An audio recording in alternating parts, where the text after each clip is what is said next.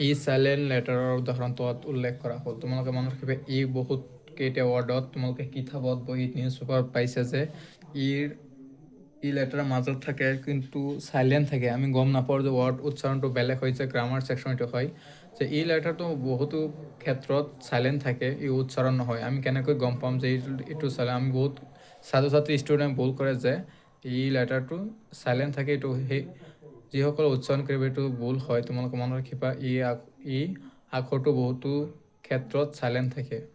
তোমালোকে এইটো উচ্চাৰণ কৰিব নালাগে। আমি কি কৰোঁ? ৱৰ্ডটো ভুল উচ্চাৰণ কৰোঁ। আজি তুমি যদি ই চাইলেণ্ট লেটাৰৰ নিয়মটো তোমালোকে দুটা নিয়ম শিকিলোৱা তোমালোকৰ গোটেই জীৱনত, ই লেটাৰটো তোমালোকৰ উচ্চাৰণ কৰোঁতে ভুল নহয়। এক নম্বৰ নিয়মটো হ'ল, যিকোনো শব্দৰ শেষত যদি, ভালকৈ বুজি ল'বা যে এক নম্বৰ নিয়ম কৈছে কি কৈছে, যিকোনো শব্দৰ শেষত যদি ই আখৰটো থাকে তেতিয়াহ'লে ই আখৰটো চাইলেণ্ট থাকিব। যেনে বুট, মেনেজ। ভালকৈ মনত ধ্যান কৰা যে বুট, BOT কিছে বুট, ইটো লাষ্টত আছে, শেষত আছে, এইটো উচ্চাৰণ কৰিব নালাগে। জাষ্ট লিখিব লাগিব বুট, মেনেজ।